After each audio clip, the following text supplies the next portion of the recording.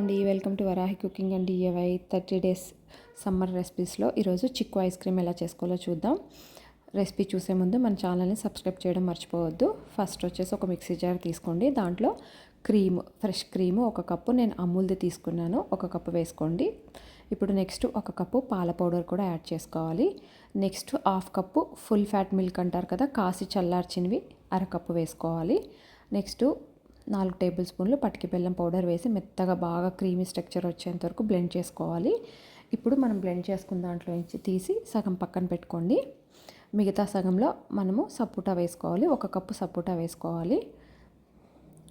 సపోటా తీపిని బట్టి మీరు పటికి బెల్లం అడ్జస్ట్ చేసుకోవచ్చు. ఇది కూడా మెత్తగా బ్లెండ్ చేసుకుని ఒక బౌల్లో ట్రాన్స్ఫర్ చేసుకోండి.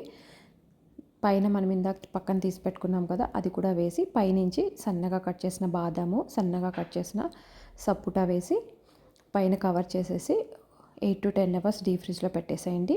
మనం సర్వ్ చేసుకునే ముందు ఒక 1/2 అవర్ నార్మల్ ఫ్రిడ్జ్లో పెట్టి సర్వ్ చేసుకుంటే ఐస్ క్రీమ్ చాలా బాగా వస్తుంది. అంతే అండి, చిక్కు ఐస్ క్రీమ్ రెడీ అయిపోయినట్టే.